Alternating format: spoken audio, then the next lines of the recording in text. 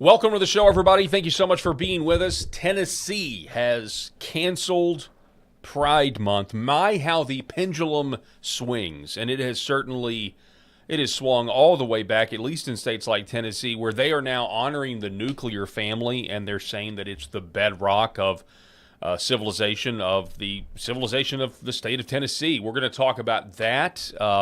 Also, stable homes and, what does that mean for children as they grow up? The leftist media certainly doesn't like some of the claims being made about the advantages of having both a mom and a dad in the household. So we've got that and much, much more today on the show. Rob Spencer, my co-host, is back with us today in seat number 2, and we're going to get started.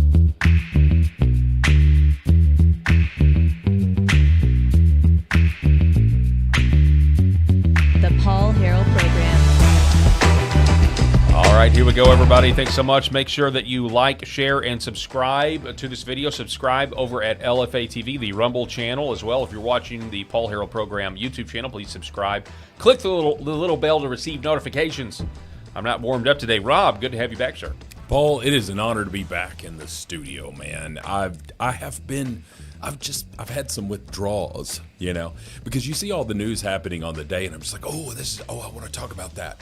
I want to say this, I want to say that, I want to say this, I want to say that. And, unfortunately, business has called me away the last 2 days. And, Tuesday was family, but, yesterday was business. But anyway, suffice it to say that I am here in person, looking forward to getting through all of the topics of the day with you and our fine audience. So, not to put you on the spot, but do you have any stories that that happened over the last 2 days that you were just like, do you remember any of those? Yeah, that you want to cover? Absolutely. I'll just give you some general information about it. I don't like stupid people, and I struggle to deal with stupid people. In that, people who rather than just doing the right thing, doing the correct thing, doing the hard thing sometimes, will just take the easy way out, and it creates a problem for all of us. And so I have dealt with that over and over for the last few days. Yesterday was not necessarily dealing with stupid people. It was actually one of my former students. I was a school teacher, and one of my former students was able to purchase her first home. Her and her husband and this cute little family, all of that stuff, and they were able to purchase their first home. And they really had to work to be able to purchase it. But yeah, no, so that was a highlight, and that was supposed to happen at 2:00 Central yesterday, and it happened at 3:30 p.m. Central. Which is why I was not able to be on the show. But anyway, I just can't handle stupidness, and I see it. I see it online. I see it in my, like I've done over 700 real estate transactions in my career, and so I wouldn't say I've seen it all or I know it all, but I certainly have seen more than a lot of individuals, and I'm just like, number one, you're making this a big deal when it's not a big deal. And number two, you're making this a big deal by not just addressing what you should do in the beginning here. And so, anyway, without being too specific, that's what I've been dealing with. Well, again, it's good to have you back. This headline, the Daily Mail, Fury. They say it's Fury. Yes. From the LGBTQ community as Tennessee declares June as Nuclear Family Month and drops Pride. Now, just because we're using the word nuclear doesn't mean that the nuclear family is going to get nukes imminently. Is it nuclear? What did George Bush say? Nuclear weapons. No. The nuclear family is safe. We're not going to war with the nuclear family because they may have nuclear weapons. This is it's the nuclear family. They're dropping Pride, and it's really kind of fascinating when you think about where we were in 2010 to 2016 and where we are now. It's pretty wild what's happened over the last 10 years. And I talked about this a little bit yesterday because Dave Chappelle is very upset at Lauren Boebert, or he recounted this when Dave Chappelle was on Capitol Hill. Lauren Boebert got a selfie with him. And talking about the Dave Chappelle? Dave Chappelle. We talked about this yesterday on the show. Okay. Criticized Lauren Boebert. Oh, okay. Because Lauren Boebert then took the photo of that Chappelle volunteered to take because he was taking with everybody. Right. And then posted on X, these two people. Here are two people that know that there are two genders, or she said something like that. Well, so Chappelle is claiming that the right weaponized his trans jokes, to use it for political gain. And so I actually had this conversation the other day on the show. Just I was talking to myself all alone, and the question was, did Dave Chappelle? I mean, when he said jokes like, and he said things like, everybody in this room came from a woman, and he was more crude than that and said something. Everybody in this room came from in between the legs of a woman. Yes. Right? That's what he said. Yes. So he's saying these basic things now, and he's making jokes, and he would qualify his jokes saying, well, do what you want to do, be free, whatever. Mm-hmm. But this is basically insane. And so I was trying to speculate, is it really possible that when Dave Chappelle was writing these jokes and performing these jokes, that he wasn't doing it out of a place of that the trans stuff is insane? Was he really not doing it because of that? And then he's surprised that we're like, thank you. Somebody from the left is saying what we all are thinking. I don't want to speak for the LGB community. And if you remember Dave Chappelle's... that was his second special. He talked about the L's, the G's, then B's. He goes like, I got no problem with the L's, the G's, and the B's, but those T's. And I will just tell you this. I have a very dear friend of mine who is in the L category. And she's a great, great person. I love her dearly. She don't claim the T's. Her and her significant other, they don't claim the T's. The T's are a whole other level. And, of course, now you got the Canadian BS that they're trying to throw out. What is it? Murdered women, murdered indigenous women. Did you see that big long acronym? Yes. MM. Yes, we covered. Yes. For the love of God, man, we can't keep up with your crazy. What was that? It was ridiculous. And so what they're wanting us to do, Paul, while you find that, what they're wanting us to do is to fall into their crazy. And that's what Dave Chappelle was talking about. Dave Chappelle was pointing out the obvious of, you're nuts, you have a dick, and you think you're a woman, okay? So either it's a social contagion, which is what I would consider 99.9% of all trans people, and now they're talking about the two-spirit people because they're trying to the Native Americans believed in two-spirited people, and that's what's led to the modern day. No, you're just reaching back to try to find something to attach to lessen your crazy. But yet, you're also you're going to a library and you're reading children's books with a fake dildo on or hanging around here, or you're dressed like a drag queen and you're going into these libraries and you're trying to tell me you're sane. You're trying to tell me that you can't convince me that my children are better served to ever be around a trans person. Okay? You cannot tell me that they have any positive coming from an interaction with a trans person, because all it's going to leave them with are questions. Exactly, and to the point, and confusion, right? There's the, if you see that, just like if you saw a drag queen that was clearly a drag queen, like walking down the street, the reaction is, I'm crossing to. If I have a young child, especially, hell away from this person, I am crossing to the other side of the street, because I don't want my children anywhere around that aura. It's actually the MMIWG2SLGBTQQ. This is. Let's see if she actually says it. Hang on. Let's see if I can get it. Yeah, I think she. To deal with they provided $0 to deal with the ongoing genocide of MMIW G2S LGBTQIA+.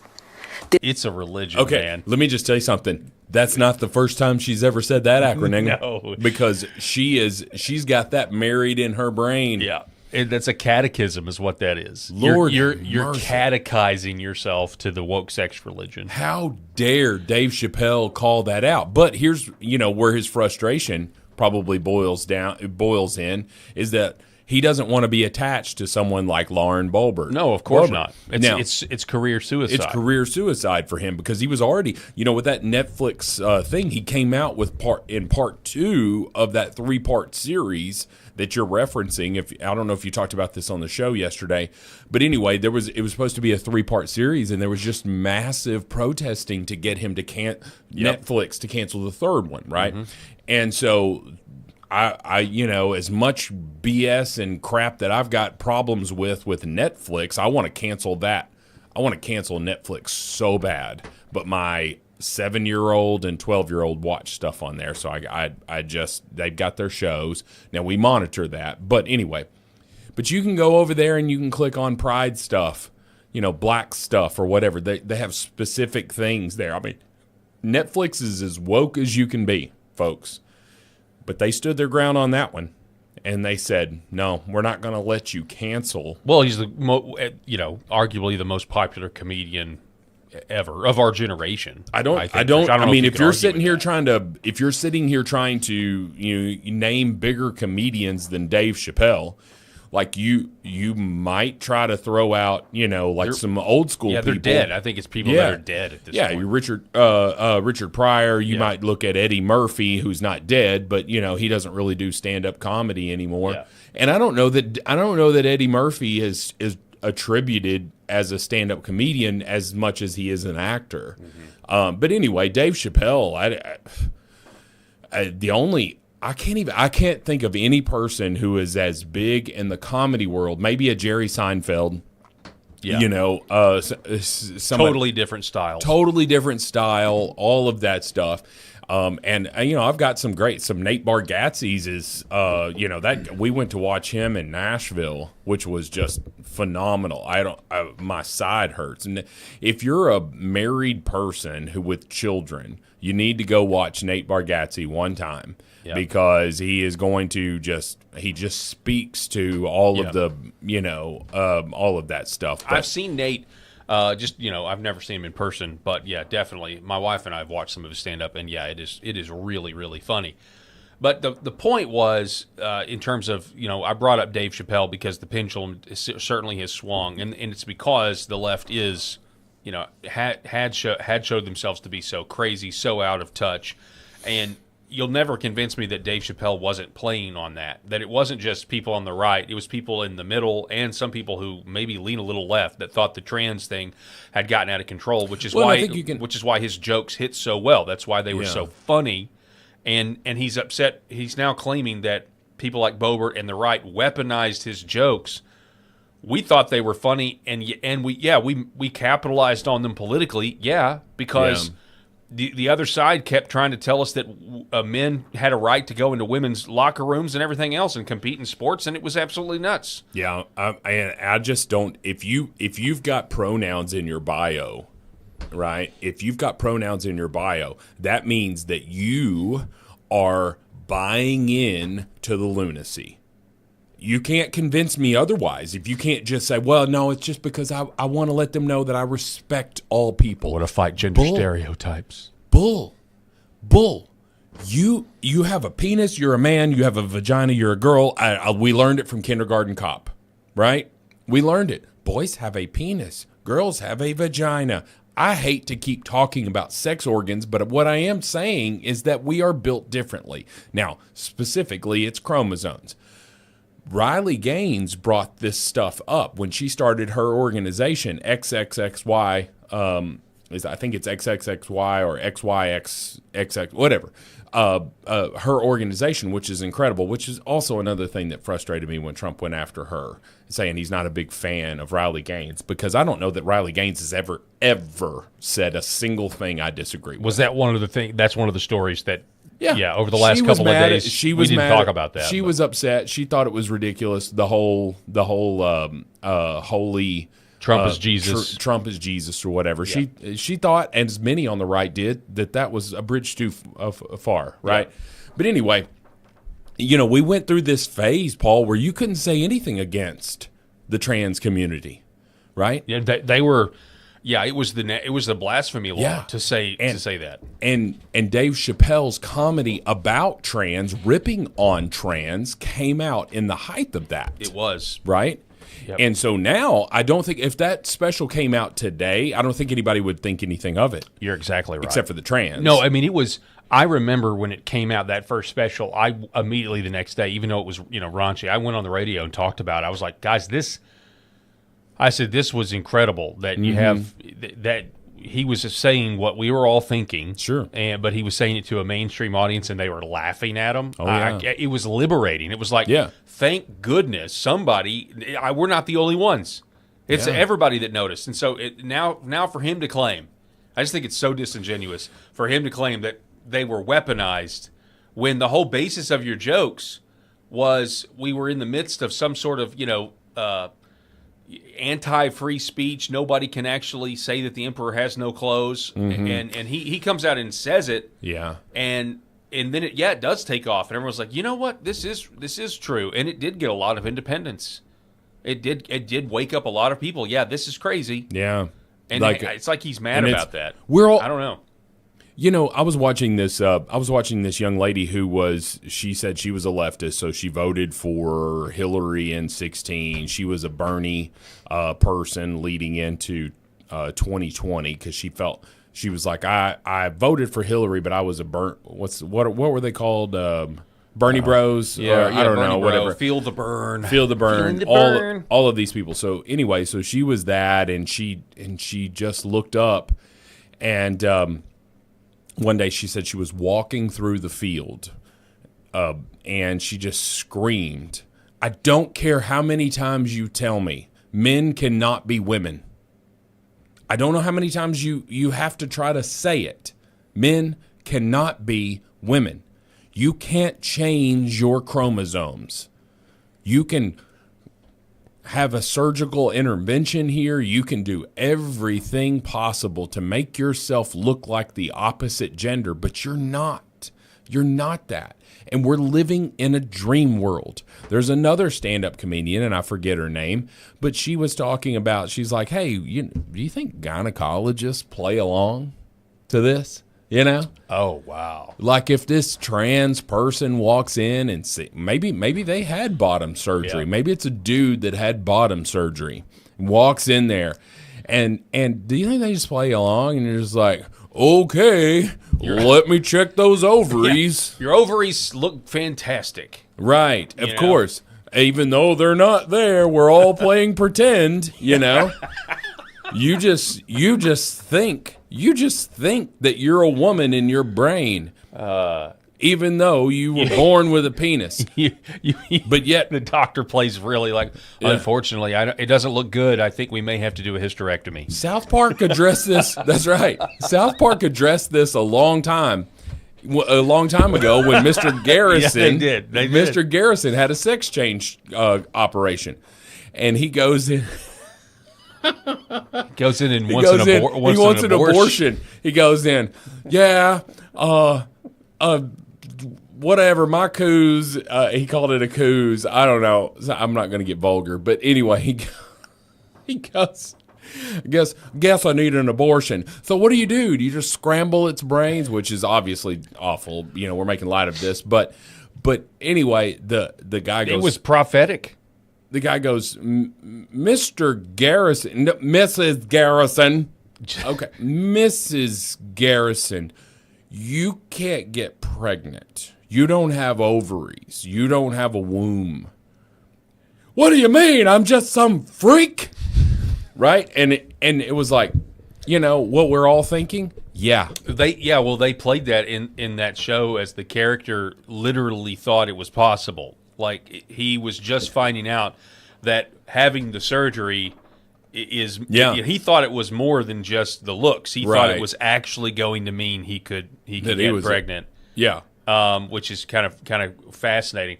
But it was prophetic in that there was some radical trans person. It was a couple of years ago that it was a viral clip where this man, who was trying to become a woman, was literally said that they were trying to get like a uterus implanted in himself. Oh my God! So that I can get pregnant and have it aborted. This is what this man literally, like the phrase. But he's sane. Yeah, but he's sane. Literally was like so demonic, so evil, so wicked that's how much he hated the right, because it was a slam on the right. That yes, I am trans, and I'm going to get a uterus, and I'm going to get pregnant, and I'm going to get an abortion, just to really you're shaking your fist at Almighty God. So this is a good setup. Yeah, this is where we've been. This has been in the state of affairs. People that wear shirts saying "I'm proud of my abortions" or whatever are the same people buying into this ideology of, men can be women and women can be men. So this new Tennessee law declaring June as Nuclear Family Month and not Pride Month has sparked outrage. Governor Bill Lee. Now, actually, I don't think it has sparked outrage, but this is the Daily Mail's coverage. Governor Bill Lee signed the controversial resolution. It's just a resolution, folks.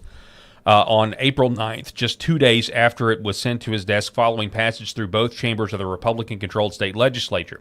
It defines the family unit as comprising of one husband, one wife, and any biological, adopted, or fostered children. It describes the nuclear family as, quote, God's design for familiar structure and God's perfect design for humanity. The resolution, first proposed last year, also calls the nuclear family the basic building block of Tennessee's society throughout her formative years, saying it has built the United States of America and created prosperity within our nation.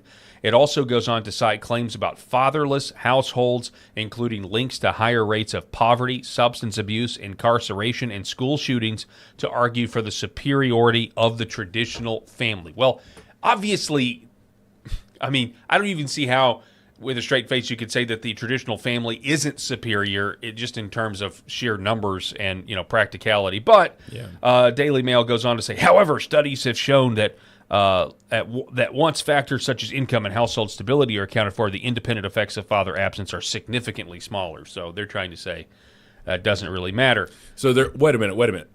So they're saying if you're raised by a single mom, but yet the single mom makes multiple six figures per year, that the effects of not having a father in the home are minimal. That's what the Daily Mail is saying. Bullshit. BS. That's what I call. Because you know how important as a father you are to your daughter. I know how important I am as a father to my children.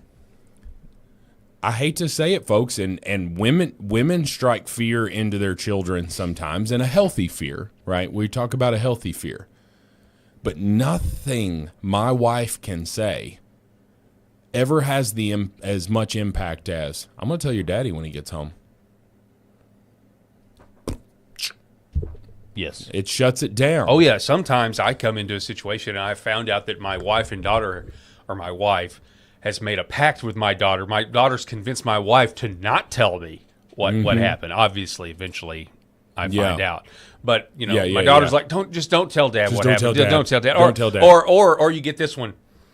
Okay, Mom's going to tell you what happened today, but she's going to wait. She said she's going to wait and do it after I go to bed. And I'm like, yeah, of course you made that deal. Man, must have been a doozy. I want to be a doozy because he's not going to come and he's not going to come wake me up for some discipline. It's over. Yeah. We're in the next day by that point. But the point of it is that whole healthy fear kind of thing and the respect is, especially when you're raising young men, and this is why African American men are such high percentages of the prison population, not because of over-policing, not because of racism. It is because statistically speaking, they're going to commit more crimes. Why? Because they don't have a father at home that they're scared of. They don't have a father. Well, I better not do this. My dad will whip my ass, right? Like, I can't do that. I can't do that. Oh, no, my daddy will get me. No. And you know what? Over time, what happens is, what's supposed to happen anyway, is the strong external force that your dad gives, right? Eventually, you internalize morality, or you hope you internalize morality to the point where you don't need the strong external force. So you don't act out when you're older, not because you're necessarily afraid of your dad in his old age, but because now you don't want to disappoint your dad. So there's at some point it kind of flips, as you grow older, or at least you don't want to disappoint him. It's supposed to, meaning it's not always I'm afraid. But eventually it's, man, my dad would be really disappointed. And if he was a younger man, he would go get a stick. Well, there's a different thing, because there's some different, and Carl Ben J here in the comments was saying something like, hey, my kids would rather tell me something than their mother. Well, sometimes we have that. My mom, and she's still alive. My father has passed, but my mom she's very well medicated these days. She was crazy, right?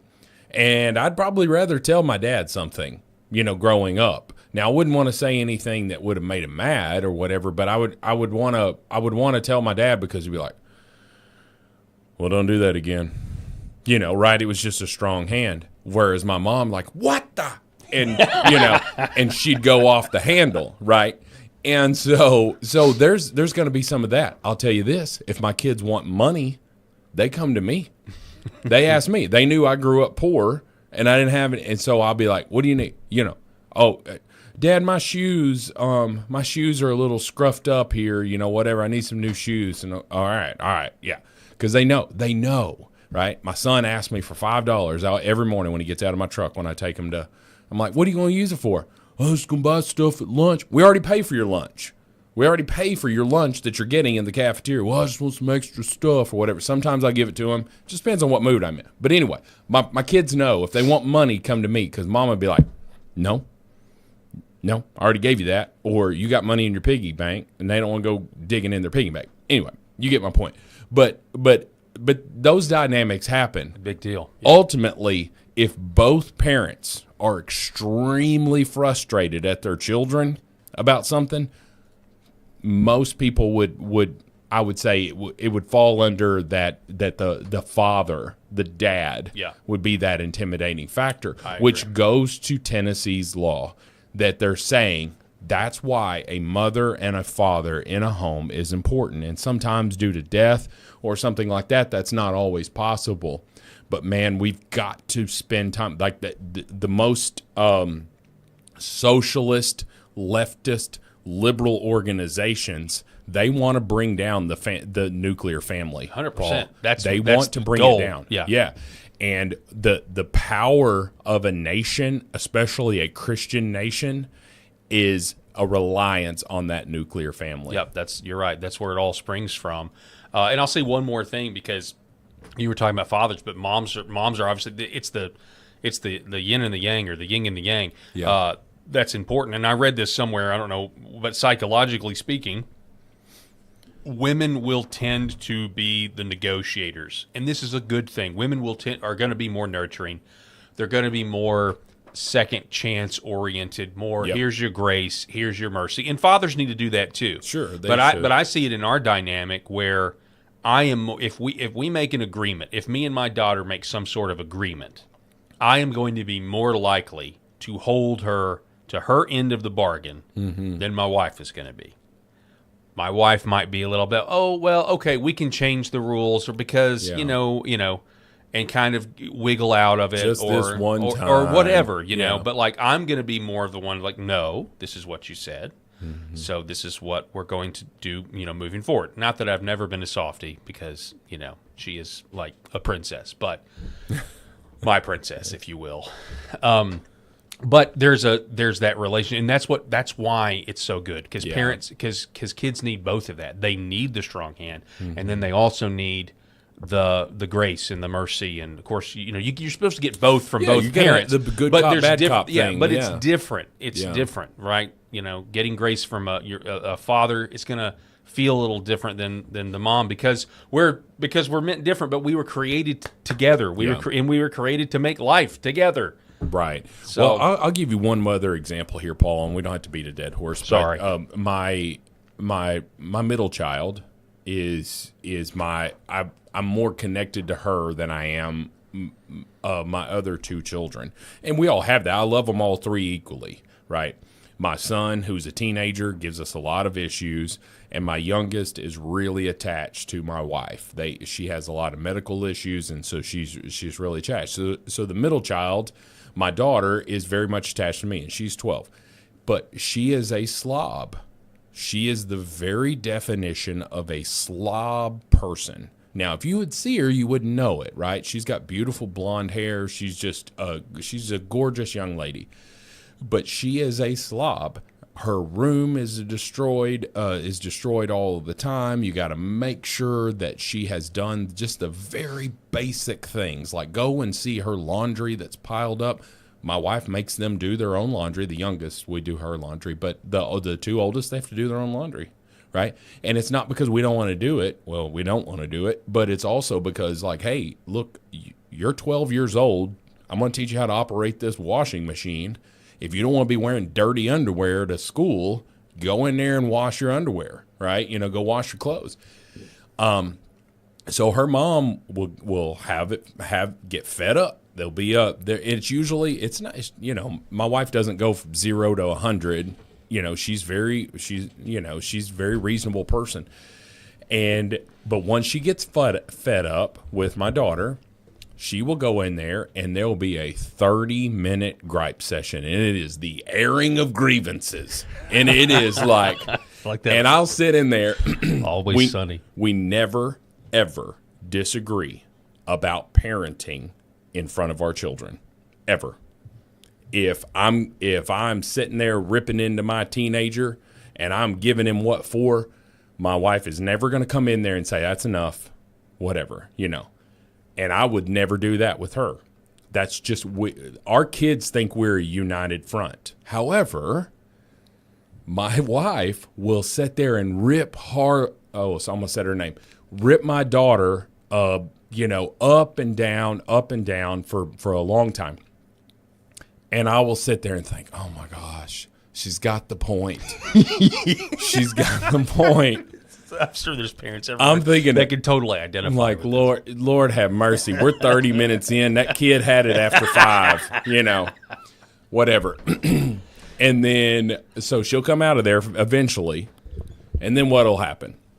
I'll give it about 10 minutes because my daughter will be steaming. She'll have steam literally coming out of her ears. And I'll walk in there and I'll say, you all right, champ? Yeah. Yeah. Your wife, like not her mother anymore, right? She'll say, your wife just told me, and I guess I just can't do anything right. And I'm just like, and I'll say, honey, this is what she's saying, and I will give a 15 to 30 second reboot of everything, but from a positive standpoint. All right, now, so let's do better. Let's do all of that stuff, right?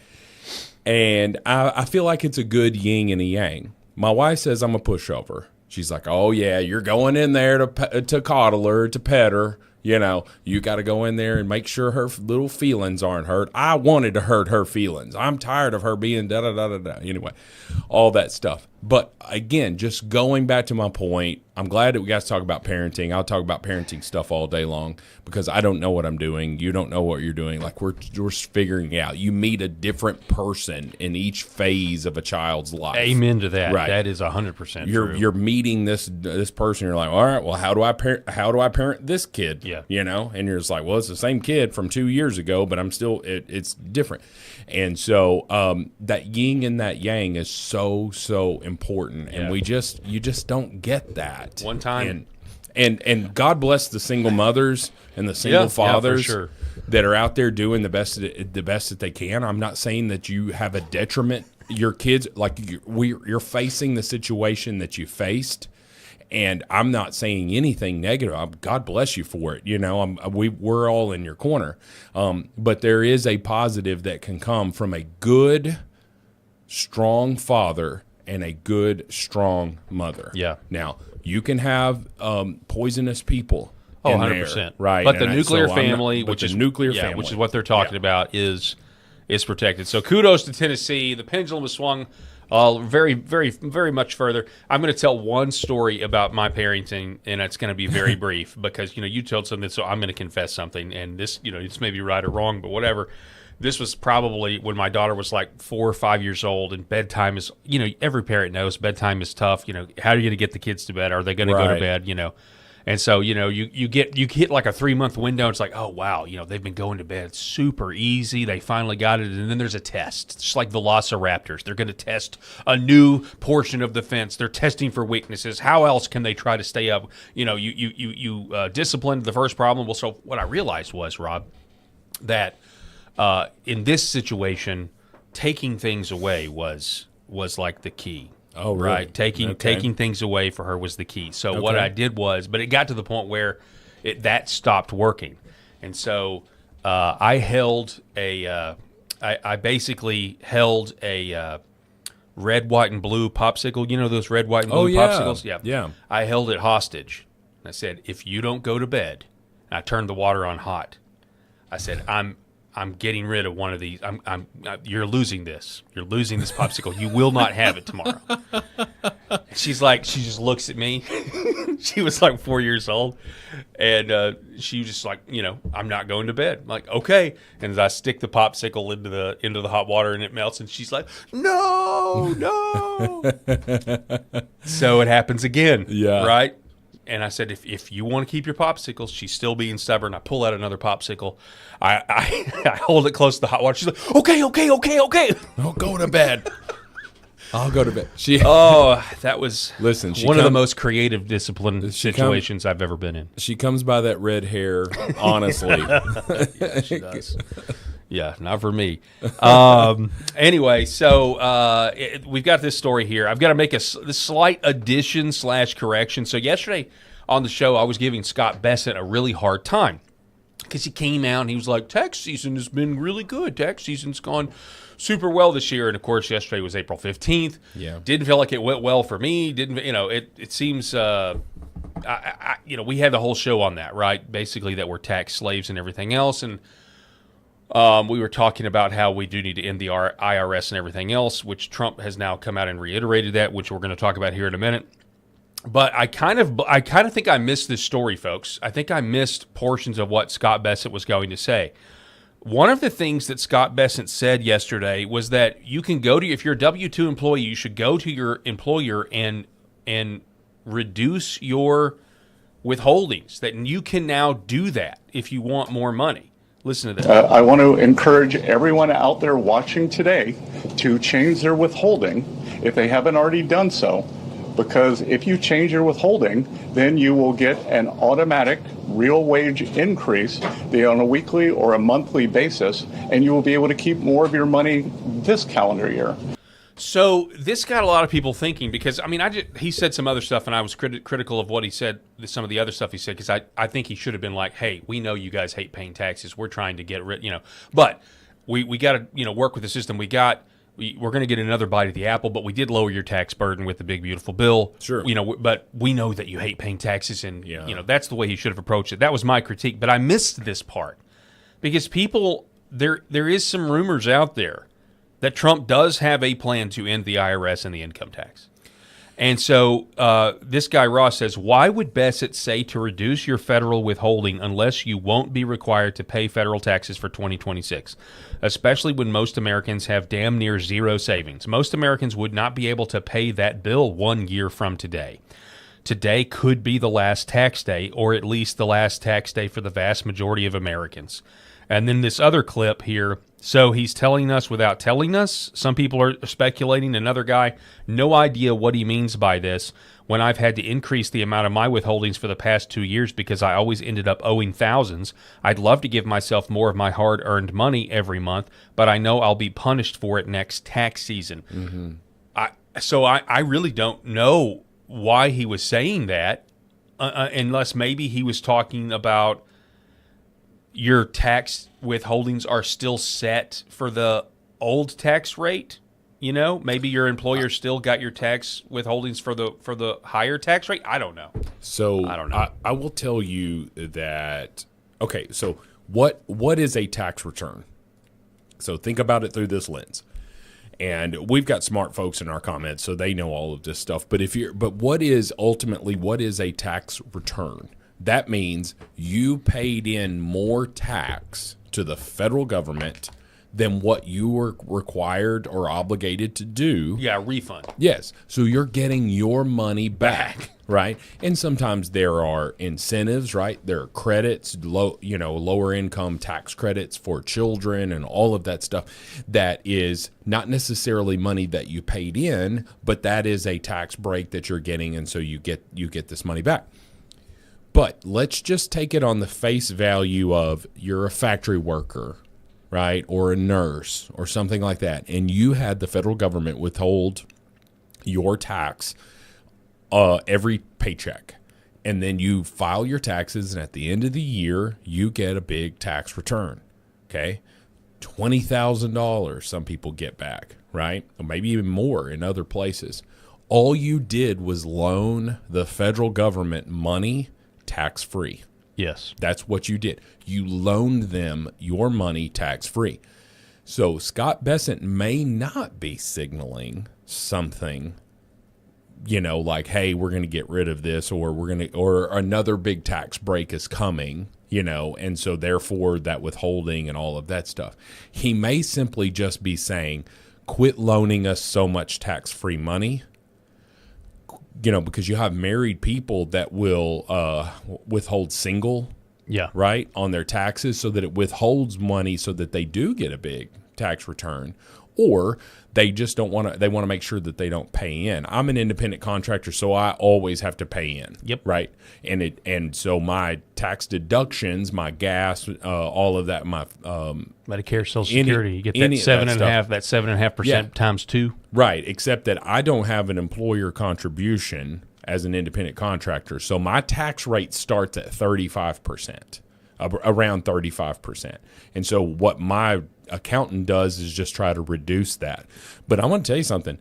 A couple of things about this. Number one, Scott Bessent may not be signaling that. He could just simply be saying, hey, quit giving us so much tax-free money. Mm-hmm.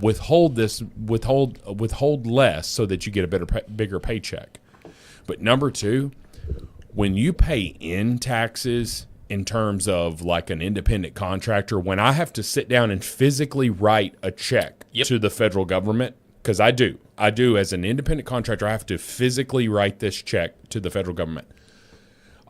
It makes you extra pissed off about $900 hammers. Yep. Or the corruption you're funding where nobody goes to jail for breaking the law. And we haven't even talked about the bull crap that California is doing where they're criminalizing the investigators of that fraud. Nick Shirley. Yep. I stroked a $67,000 check one time to the federal government in one sitting.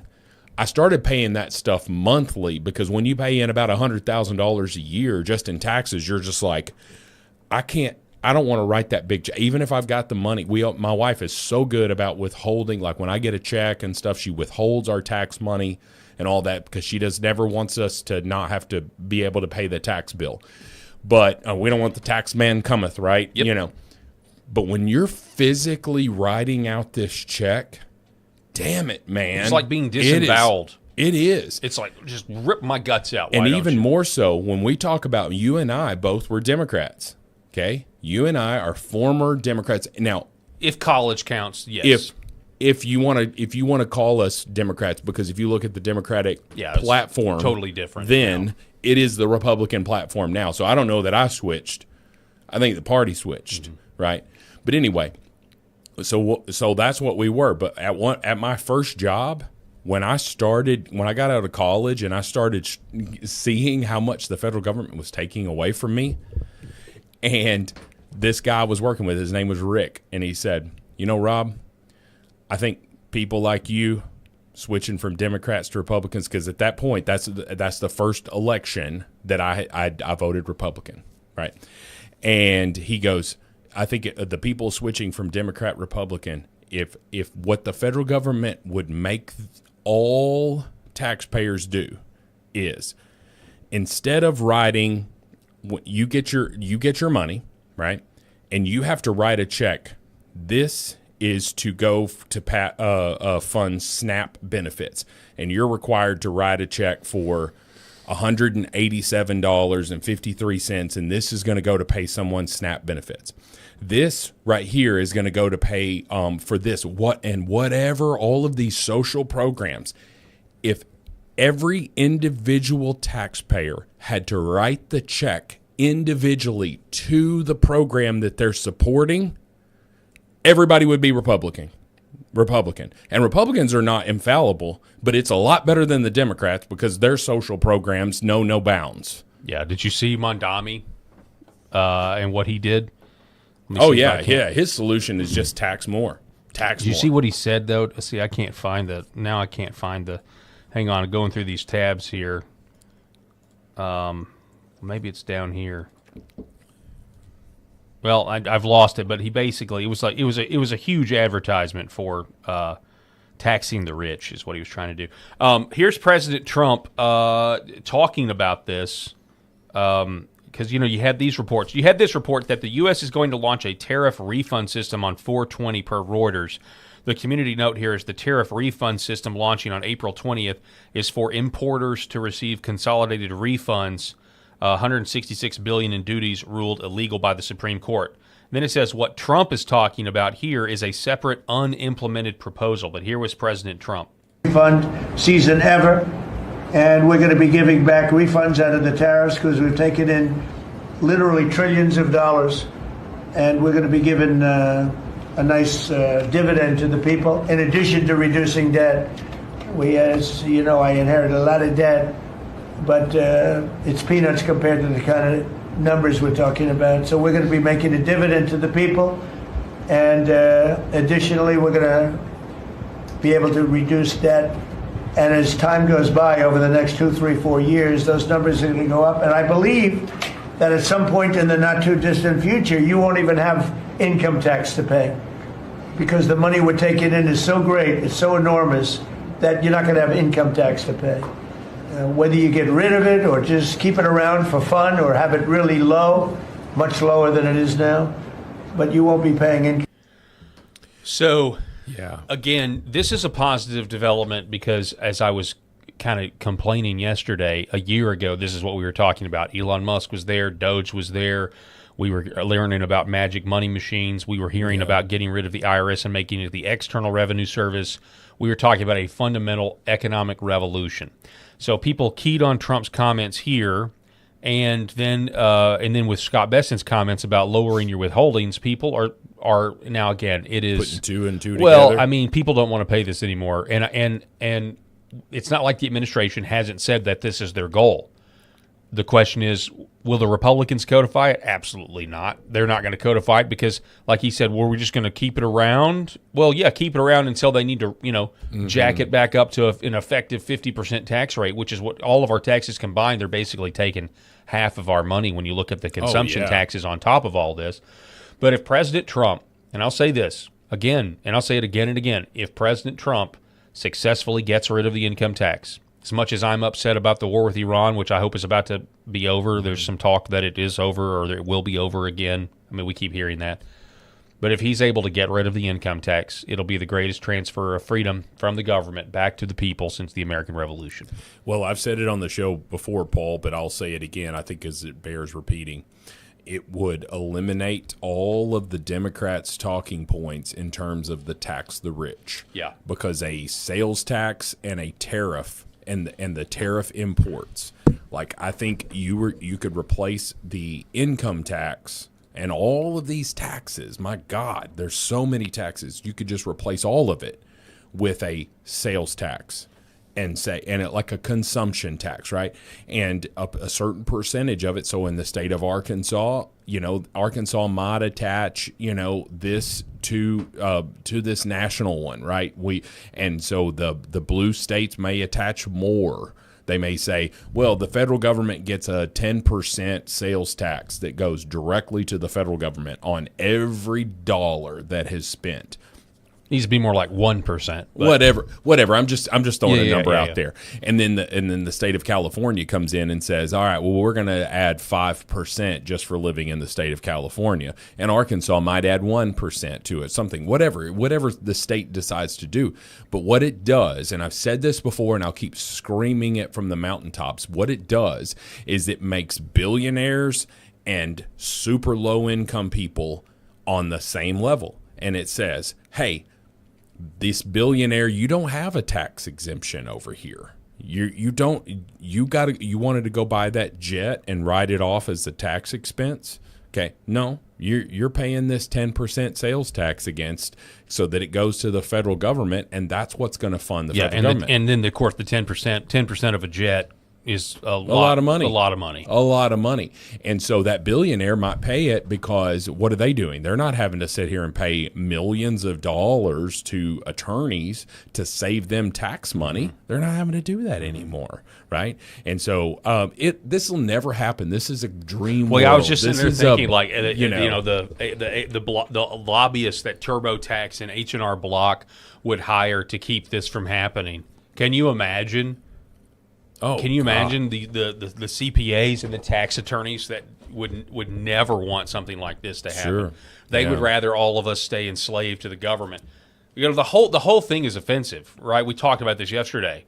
The government says we owe taxes. Okay, great. How much do I owe? I don't know. You got to tell me how much you owe. You got to tell me how much I owe. Well, okay. What happens if I'm wrong? Well, you're probably going to go to jail. Mm-hmm. If it depends on how bad you're wrong. Certainly a hefty fine. Yeah. Whereas here in Arkansas, if I owe tax, of course, the income tax is kind of the same deal. But in terms of like the county or the city, I get a bill in the mail, and the city's like, "This is how much you owe." I mean, they tell me how much I owe. Like the federal government should not be in the business. It should not be required that we tell the federal government how we made our money and how much money we made. It is none of their business, but we lost that battle back in 1913, and it's gotten worse ever since. And so, go ahead and play this because I want did to find it. off of I did this. have it pulled. Mondami, this is his tax day message. When I ran for mayor, I said I was going to tax the rich. Well, today, we're taxing the rich. I'm thrilled to announce we've secured a pied-à-terre tax, the first in New York's history. This is an annual fee on luxury properties worth more than $5 million, whose owners do not live full-time in the city. Like for this penthouse, which hedge fund CEO Ken Griffin bought for $238 million. This pied-à-terre tax is specifically designed for the richest of the rich, those who store their wealth in New York City real estate, but who don't actually live here. But even so, they're able to reap the huge financial rewards of owning property in, dare I say, the greatest city in the world. And most of the time, these units are sitting empty, since again, they don't actually live here. This is a fundamentally unfair system that hurts working New Yorkers. Now, it's coming to an end. This tax will raise at least $500 million directly for the city. It'll help fund things like free childcare, cleaner streets, and safer neighborhoods. As mayor, I believe everyone has a role to play in contributing to our city, and some a little bit more than others. Happy Tax Day, New York. Couldn't ask for a better advertisement to move to Florida. Good grief. And honestly, he said is it a $5 million tax? Is that what he said it is? And it's going to generate $500 million? $500 million? Yeah, I didn't catch that part. I was reading. At the beginning, he said, the threshold hang on is. 1 second. When I ran for mayor, I said I was going to tax the rich. Well, today, we're taxing the rich.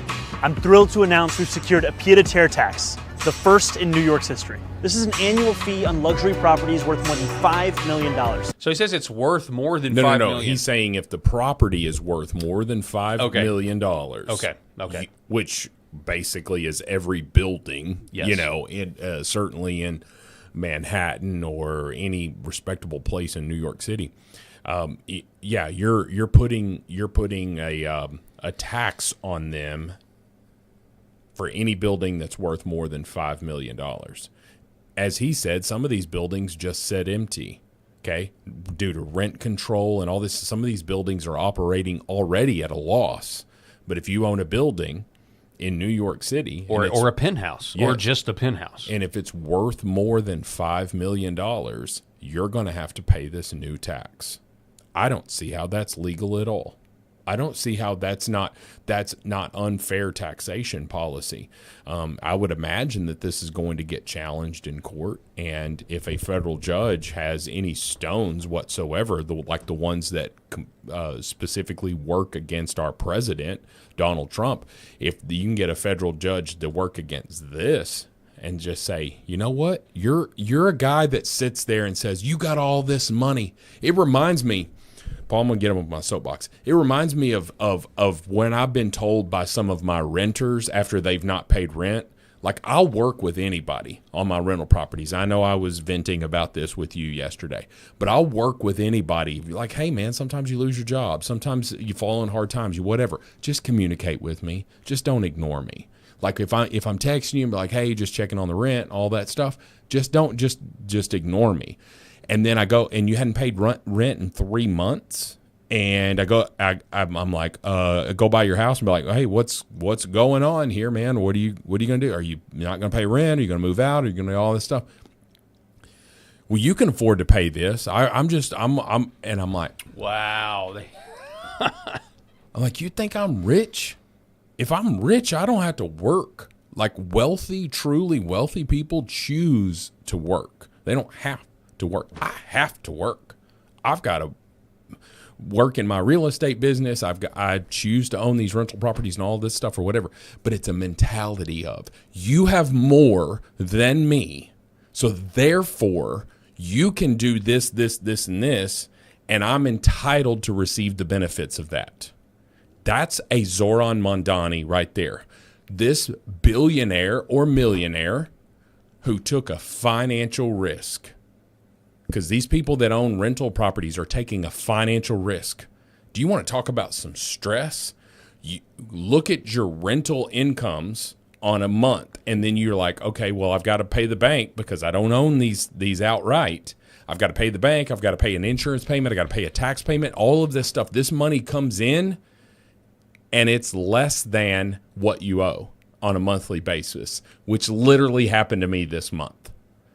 And you want to sit here and tell me that I'm rich because if you looked at my worth, my net worth, if I were to liquidate everything, right, that it's a dollar amount. That's what Zoran Mondani looks at and says, hey, you're worth this much money, so you can just give this back. You can pay more for the streets. And I even commented this crap on X. Don't get me on my soapbox. I'll wrap up with this and say, I commented this on X. Did it ever occur to Democrats, but really all politicians, but Democrats are a lot worse. Did it ever occur to them, Paul, to just spend less money? You're the government. You don't have to be as big as you are. Why do I have to go pay for a permit to put a sign on a building? Why do I have to pay for the permit? There is a permit office, and I go and I pay for that permit. That payment for that permit goes to pay the people who work in the permit office. Why do you exist? Why do you exist? I understand you want to have building codes. I understand you want to have this and that. I'm sorry, I'm just going off on these side tangents here. It's insane. But it's all kith and kin here to what Zoran Mondani, he's got this brain worm that says, you have more than me, and I'm entitled to it because I'm poor. You have more than me. I'm entitled to it. But the government is not entitled to it. They work for us, and they keep taking and taking and taking and spending it. And they spend more than they take, which is a whole other problem. Yeah, big time. Absolutely, you're absolutely right. I like that soapbox. You know, that's a real world. You know, you're actually in it. And so there you go, business owner Rob Spencer. You know, I mean, it's harder than ever in America to own a business and to grow it because the government has its boot on your neck, whether it's local, whether it's state, whether it's federal. It's just insane. Yeah. Hey, in other news, though, Tulsi Gabbard has referred more people to the DOJ for prosecution. This time over President Obama's, probably is President Obama, this time over President Trump's impeachment scheme. Mm-hmm. We covered some of this briefly the other day. Eric Daugherty, DNI, Tulsi Gabbard issues criminal referrals for the deep state agents who tried to overthrow President Trump in 2019 on knowingly false grounds via impeachment. This includes the Inspector General Atkinson, who was behind the whole thing. How has that guy not been in handcuffs yet? I don't know. But so this is a big deal if they'll actually follow through with it. It's not enough just to refer them. We actually have to have a DOJ that's going to do something. So far, they haven't done anything with the Intel oligarchy. Here is Tulsi Gabbard on News Nation talking about this. Listen. It is always the right time to expose the truth to the American people about the deep state tactics that have been used time and time again, fundamentally to undermine the foundational principles of our republic, and in so many cases to undermine the decisions that the American people make when they cast their votes in our elections to decide who they want to lead our country. And so the documents that we released really pointed to the fact that the 2019 impeachment occurred because there were members of the intelligence community working directly with House Democrats, specifically Adam Schiff, who's on the House Intelligence Committee at the time, concocting this narrative, weaponizing the whistleblower process, lying and abusing their power, all to create this manufactured basis that Nancy Pelosi then used to drive this impeachment against Donald Trump in 2019. I'll hit the high points on these documents. There are details and hundreds of pages of transcripts that we released in conjunction with House Intel Chairman Rick Crawford. But the bottom line is this. Number one, the whistleblower, so-called whistleblower who came forward, presented no evidence and no first-hand knowledge. This is a person who had heard about a conversation that President Trump had with Zelensky, then went straight to Adam Schiff on the House Intelligence Committee. And this is where they came up with this false narrative. And this so-called whistleblower then went and filed a complaint with the intelligence community Inspector General. Mm-hmm. The other witness, so-called witness to this, is somebody who also had zero first-hand knowledge and presented zero evidence, someone who was also a co-author of the 2017 Russia hoax intelligence community assessment that President Obama had ordered be created in conjunction with John Brennan and James Clapper at the time. Again, no first-hand knowledge or evidence, and someone who said that even after reading the transcript, he didn't really see the issue there until the whistleblower had explained it to him. And lastly, the Inspector General himself. And this is really such a violation of public trust and the responsibility that we expect all of our inspectors generals to have, in that he didn't conduct a full investigation. He didn't even ask to see the transcript of the phone call between President Trump and Zelensky. And he admitted to Congress that he did not have any evidence that he was relying on. He had made a criminal referral to the Department of Justice based on this so-called whistleblower's complaint. Department of Justice came back and said there's nothing here. This Inspector General then went to Congress anyway and presented to them. All of this coming down to the bottom line of which this was a partisan political attempt, once again, to undermine the will of the American people who elected Donald Trump. And so it was treason, and the setup here is this happens right after the Bob Mueller investigation concludes. Yeah. So this was we've got to keep it. We've got to keep the Russia collusion hoax alive by now saying he's we're going to basically create a new scandal. Not only was he a Russian agent, well, that got debunked. Well, now he's trying to get Zelensky to give him dirt on his on Joe Biden, on his political opponent. Well, the bottom line is, Paul, and you said it there, it's treason. It is treason. You are working against your own country. You're working to manipulate the will of the voters. So maybe it's not treason against the United States government, but it's sure as hell treason against the voters of the United States. When someone, it's a coup. It's a coup. Yeah, it's a coup. When we have someone who is a democratically elected president who had his entire first presidency derailed by lies, manipulation, impeachment hearings, all of this, anything to quote get Trump, end quote. And I am so sick and tired of hearing about all of their crimes without any arrests. When are the people going to be held accountable? And until they're held accountable, I love Tulsi Gabbard. She has been a breath of fresh air. As a matter of fact, I think she would be a phenomenal vice president pick. I wanted Trump to pick her this last cycle, although I've been very, very happy with J.D. Vance. But Tulsi Gabbard brings a woman, took down Kamala Harris. She is a woman of color. Tulsi Gabbard is Samoan, from Hawaii, as they say. But anyway, she is incredible. She's done an incredible job. And so she refers all of this stuff over. Is Todd Blanche going to do something? Right? And I know he's just acting, so maybe he's going to walk a little finer line here. But I would really, really love if they would have put if Trump will put Lee Zeldin in that place, because I believe that accountability will happen. Freaking throw Stephen Miller in there. I don't even know if he's an attorney. Yeah. But damn, there'll be some arrest if Stephen Miller's in charge of the Department of Justice. You would think so. You would hope so, or at least, man, if he had more authority, there'd be, I think, mass deportations or more of them. All right, so here's another thing. All right, one of the things that in order for Tulsi Gabbard to become the DNI, one of the things that the Senate Intel chairman grilled her on was 702 FISA. Tom Cotton would not approve of Tulsi Gabbard, according to reports, unless she was on board with the FISA. Which stripped her of her power, essentially, did it not? No. Am I thinking of something else? Yeah, you're thinking of something else.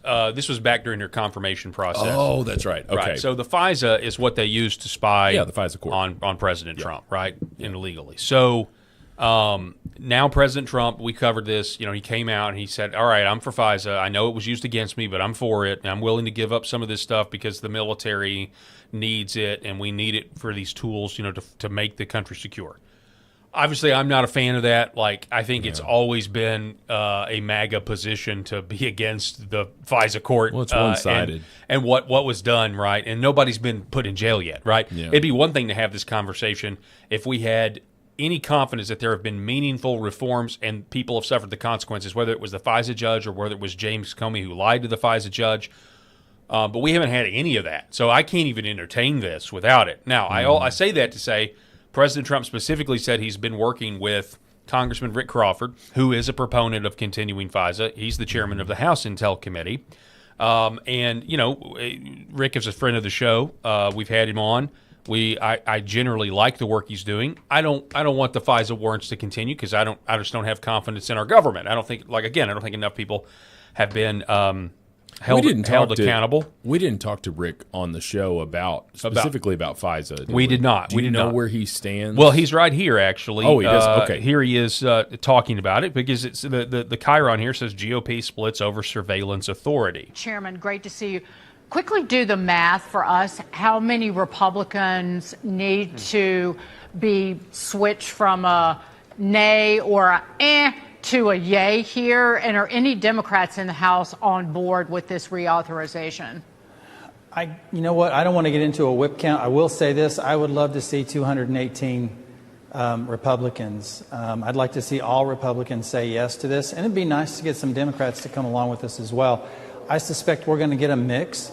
I think that we're going to have a critical mass and a majority of Republicans that support this. When I say majority, I think an overwhelming majority. I don't like the idea of us having to go into this with relying on Democrat votes because we can't count Democrat votes and we can't count on Democrat votes. So we have to do this ourselves as much as anything. And so that's why we're taking a little extra time here at the end to make sure that everybody's concerns are addressed. and still making sure that we can answer the call if and when it's necessary. 702 is a critical part of our intelligence collection, and it's a vital national security tool, and so we want to make sure that we keep that authorized. So Okay, there's how he feels about it. well, yeah, that's how he feels about it. And, you would not expect the chairman of HPSI to feel differently about it. That's probably a prerequisite to even get that position. You're going to have to already, disclose, hey, I think the current way we do 702 is, like he said. And I am sure if Rick were here, he could present a very reasoned argument as to why we've had it, or why we need it, rather. I believe in the Fourth Amendment, and I believe that over the last 10 years, the Fourth Amendment has been shredded, and we have evidence of that in Donald Trump, the intelligence oligarchy framing him for treason and using the FISA 702 and the FISA courts to do it. Yeah. That's a fact. And so if you want to not take criticism on this, or you want unity on this, there needs to be some arrests of the people that abuse the system. It's a pointless conversation to even have. It's like, why would you expect the Republican unity on this? Why would you expect the base to go along with this when we saw what they did to our president, and yet President Trump is going along with it? And it makes me wonder, honestly, it's just how permanent this all is, because if the president of the United States is for this, after everything he's been through, we will never get rid of this. You know what I'm saying? Gosh, you know what I mean? Like, if a guy has been through everything he's been through, then get to the top, and obviously they're both privy to classified information that you and I, admittedly, we are armchair quarterbacking this thing without all of the information. All we can tell you is what the Fourth Amendment says, and all we can tell you is the FISA process was clearly abused, and no one's been held accountable for it. So you're not going to get my support on that because I don't believe the government. I'm sorry, I don't believe the government on this point, and we have every reason to not believe the government, because we took everybody's word for it back when the Boy Scout Jim Comey was running everything, and he's still walking free. So that's my thoughts on it all. Well, I'll just say this about the Fourth Amendment, and I don't know if this was the former Congressman Trey Gowdy or if this was Jim Jordan. I can't remember who was questioning an individual talking about putting people on the no-fly list. Right. And it was, you were, if you were put on the no-fly list, they were wanting to suspend your Second Amendment rights. And essentially the question that was happening from that is, name another Bill of Right that you have that can be taken away without due process. Because they're saying that, because you could be put on that no-fly list, and they said, "Well, how do you get yourself off of it?" Well, you have to prove, that you're not worthy to be on it. I would say what they're doing to the Fourth Amendment, or what they've done to the Fourth Amendment, they want to do to the Second Amendment with red flag laws. And that's exactly what this person was drawing. They were trying to draw that connection to say, you're taking away the Second Amendment by also having obliterated that Fourth Amendment there, because you just said, hey, we suspect it. We don't have evidence of it, but we suspect it, or we were told, right? That's another thing too. Like, we didn't witness it. We don't have any proof of it, but we were told. So you're put on this no-fly list. Okay. But while you're on this no-fly list, we're also going to take away your Second Amendment rights. You cannot own a gun. Okay. You can't. And so the person was asking, the congressman was asking, name another right that you lose, and then you have to prove that you shouldn't have lost it and to get it back, even though there was no evidence to take it away. And he just basically said, well, I mean, do you have to prove your speech on the freedom of speech? Do you have to prove your religion? Like, where is the line drawn here where we can just take it away from you? And we see this all the time. I see this with, I'm pro police, but I also believe that there's a lot of police officers that do not know the law, and they are, pulling up on people there's a guy that was just sitting in a parking lot. And he was actually a Walmart delivery driver, which those are independent contractors. But he was a Walmart delivery driver of like groceries, And, he was just sitting in a parking lot. Well, the police officer got behind him because I don't know if he had a look or whatever, but as soon as the police officer got behind him, the guy put his left blinker on and goes into the Walmart parking lot. The police officer later admitted that that's a common evasive action for somebody to pull into a parking lot as soon as a police officer got behind him. And the guy's point was, or they reached where they were going. Yeah. And then he pulls over there and he sits. And the guy said, I saw you looking at me. And he's like, well, now you're loitering. And he's like, is there a law against me sitting on the Walmart parking lot in the middle of the day in my vehicle? Is there a law against that? I need to see your license, right? He's trying to get this guy's license. He wants to know if he's got warrants, right? He had there was no reasonable or articulable suspicion that this guy had actually committed a crime, right? He just suspected him. And they later admitted this. They put this dude in handcuffs. He's sitting in the cop car before they release him. A supervisor shows up and all of this stuff or whatever. And it's like, so that stuff happens. That stuff happens with this unreasonable search and seizure and all of this stuff. Well, the FISA court, and why this is important, is that is happening on a much bigger level. You're talking about a police authority on steroids there. And so it's very frustrating that Trump wouldn't be against it. But at the same time, I do respect our Congressman Rick Crawford. Like you said, he's sat in that chair right there. And, he's one of the gang of 8, if you've heard of that. And he receives a high-level intelligence briefing every day. So he's an important person. It's hard for me to disagree with him. But I've just seen the abuses of it. And we saw that with, the FISA court and the Trump Russian collusion hoax. I know, yeah. So it's, it's not surprising that people are not on board with this. Yeah. Again, even to have the discussion with the American people about why we need to continue the surveillance state that we have. How can you have that discussion and try to convince us this is good when the people who abused it have not been brought to justice? It's a very, very difficult sell. Now, we mentioned red flag laws, and this is an unfortunate case, but I do want to point out that the deceased lieutenant governor, former lieutenant governor of Virginia, Justin Fairfax, was a strong supporter of red flag laws. And ironically, and this is the definition of irony, he shot himself after shooting his wife. Yeah. In a apparent murder suicide. Yeah, domestic violence thing. This guy, and I believe their son found them. Yeah, their son made a 911 call. Yeah. I don't know, did he make the 911 call as some altercation was going on? I don't know. I don't know if that's Well, immediately when I heard the news, I immediately went conspiratorial, just in terms of I started researching this guy, what exactly has he been involved in? Because anytime you have a murder-suicide, I immediately think, well, did this guy know something? Yeah. You just never know. Did this guy, was he about to be a witness somewhere? I can't find any evidence of that. I'm just letting you know that's where my mind immediately goes.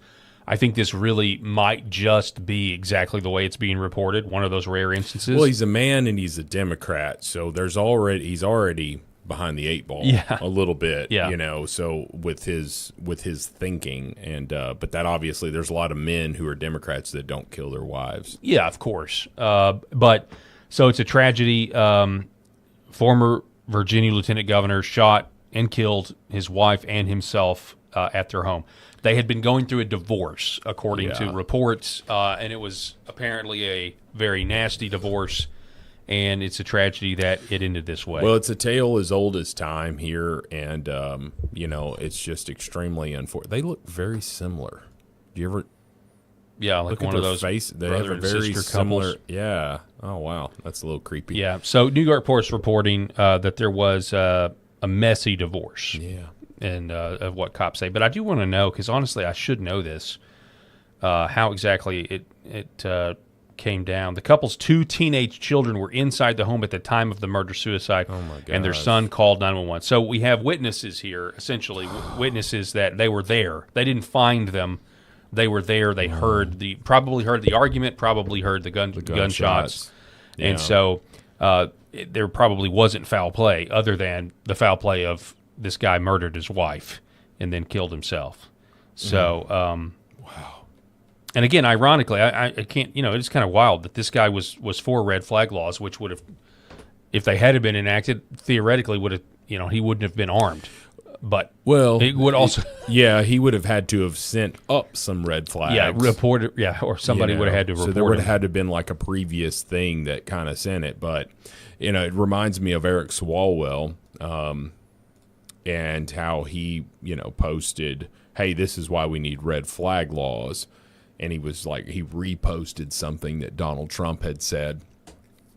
And said, "This is why we need red flag laws." Well, Donald Trump wasn't saying, "I'm about to get a gun and shoot somebody." Yeah, so of course all of the comments were, "This is exactly why we don't need red flag laws, because they will be abused. Yeah, there will be a political ploy here where you can just hammer your opponents and certainly take away their guns, especially in these blue states." Hey, we're going to take a timeout real quick. I want to remind everybody to go to redvivehealth.org, redvivehealth.org/Paul. This is where you can get the life-enhancing red light panels that can help with inflammation, sleep, really everything. Go to redvivehealth.org. Use my name, Paul. Save 35%. You can also get an additional veterans discount if you call 844-RED-VIVE, mention my name, Paul, and be able to prove that you are a veteran. We're going to take a brief timeout and go to break. Don't go anywhere. We're going to be back here in just a moment. For centuries, light has been used to heal.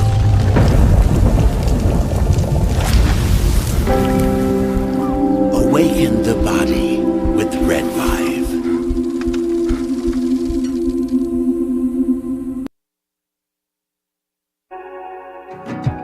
Why is Red Vive different? What sets it apart? What sets us apart from the standard red light panels?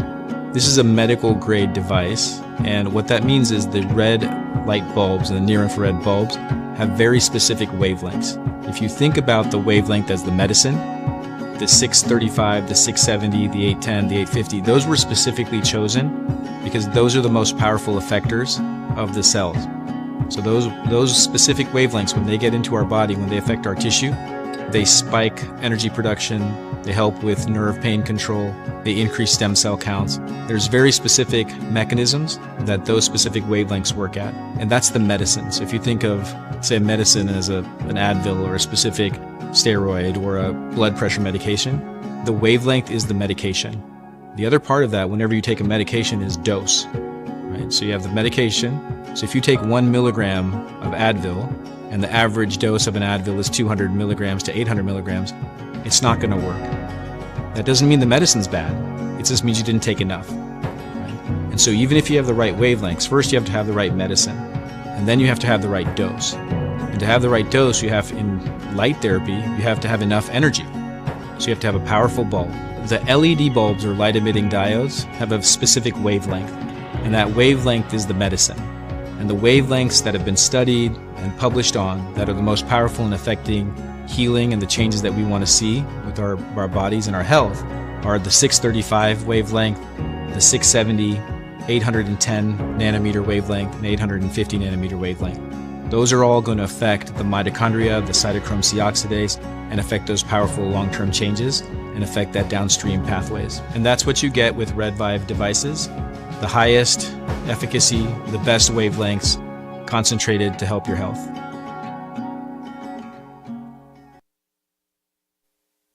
Behind every precious life, there was a choice.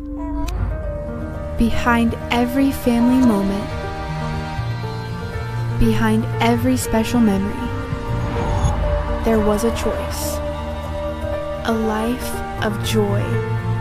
A life that is beautifully and wonderfully made. At 7 Weeks Coffee, we are funding the pro-life movement, one cup at a time. Will you let your coffee serve a greater purpose?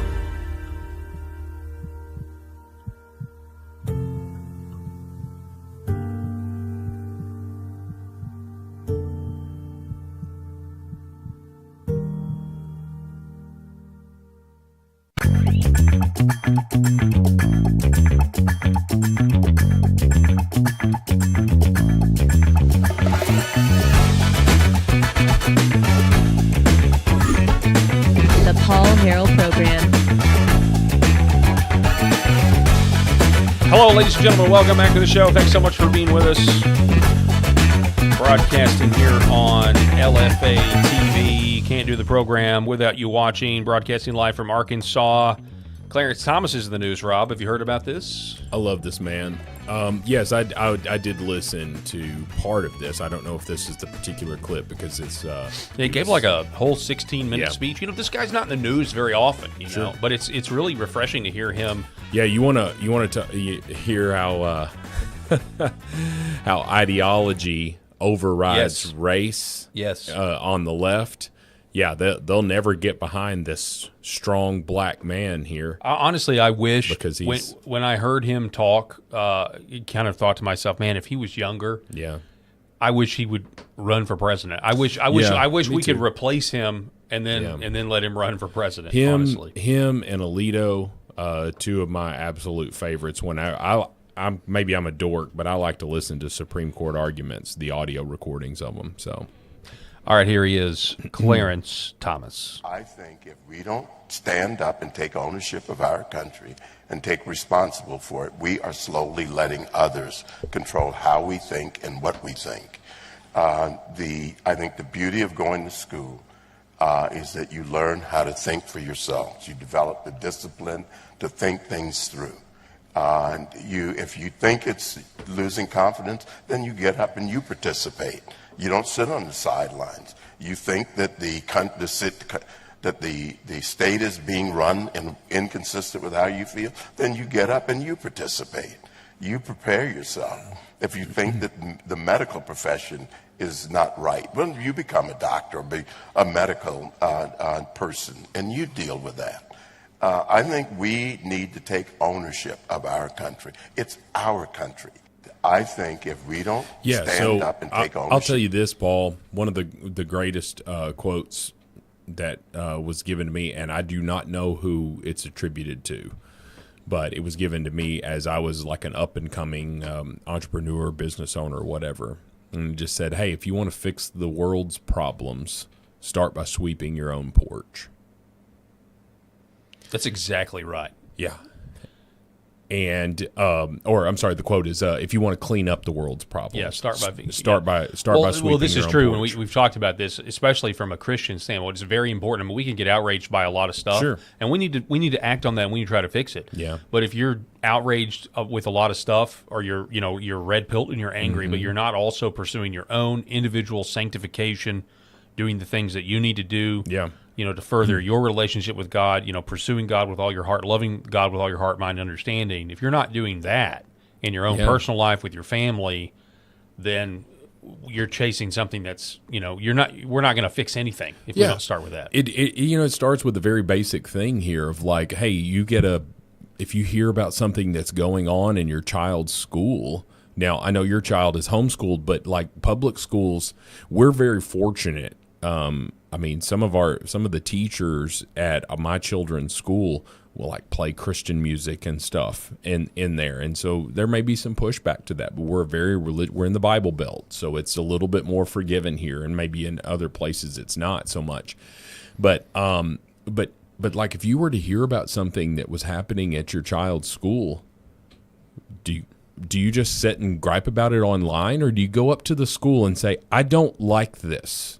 Do you go before the school board meeting and say, what are you doing? And I applaud these parents when they're talking about all of these pornographic books that are in the school libraries that the children can have access to.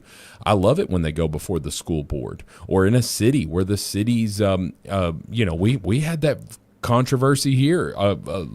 State Senator Dan Sullivan sat here and told us about the library, where the library refused to move these adult books, genderqueer and all of this stuff, books that certainly for older children, they've refused to move them out of the little kids section. And so what did the citizens here in Jonesboro do? Voted to reduce the millage there, that the money that went to the library, and they had to lay off people. And you're just like, well, look, we're not going to keep funding this crap exactly if you're not going to do it. So what Justice Clarence Thomas is talking about is, don't sit here and just gripe about all this stuff. We're going to lose our country. Do something. Actually get involved. If you've got a problem with the hospital system, become a doctor. Try to change it from the inside. Now, not everybody can just become a doctor, but you get my point. You can change things if you get involved, and it always happens on a local level first. We're not going to be able to affect change here in Northeast Arkansas. We're not going to be able to affect change for somebody in Minnesota. Yeah. Okay? But we can change things here. And that's a start. Amen. Here's the headline you don't see every day. Quote, RFK once chopped off a dead raccoon's penis to study later while on a family road trip. Have you heard about this one? Nope. There's zero chance I would have ever read that headline or heard that story and forgot it. So this apparently is there's a new JFK book coming out or memoir coming out or something like that where he tells this story. Here's the exact quote from the New York Post story is, I was standing in front of my parked car on I-684 cutting the penis off of a road-killed raccoon, thinking about how weird some of my family members have turned out to be. Okay, wait a minute. Oh, that's really funny. Listen.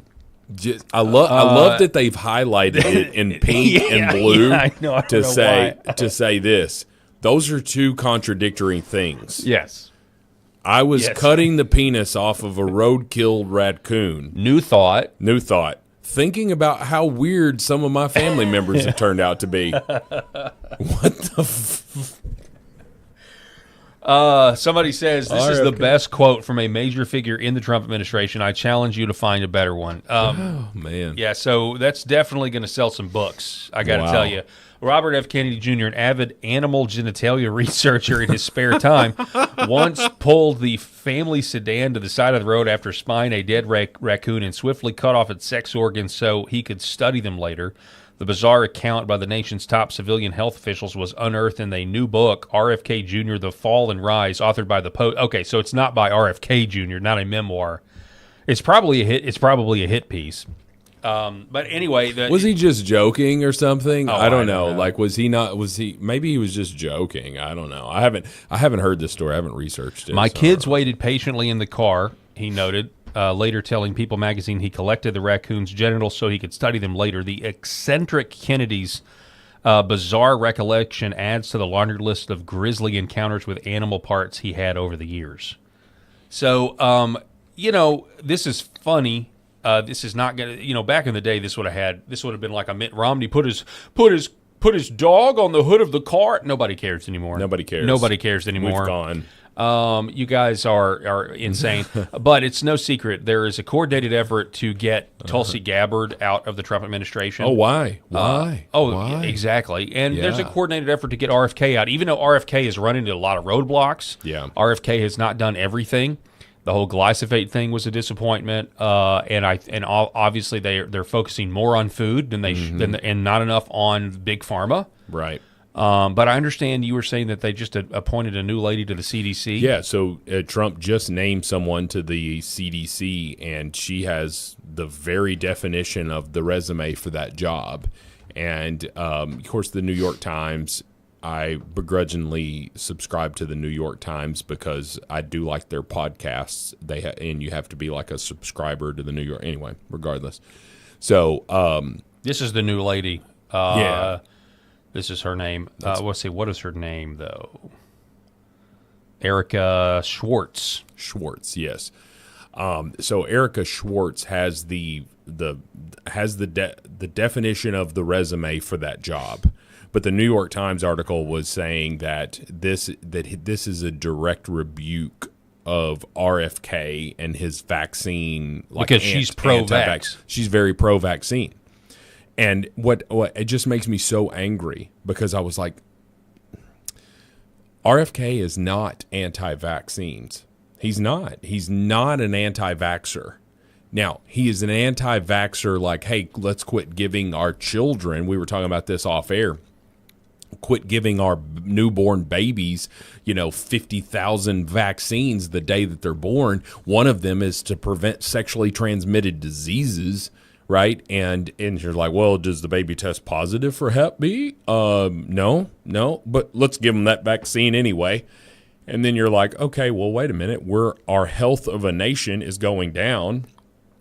The what do you want to call it? Like the regularity of autism is going up, and maybe there's not a direct correlation. But dang, man, can we not put the brake on here and say maybe some more work needs to be done? Yeah, the idea is, since we changed the childhood vaccine schedule, we are less healthy as a nation than we used to be. Correct.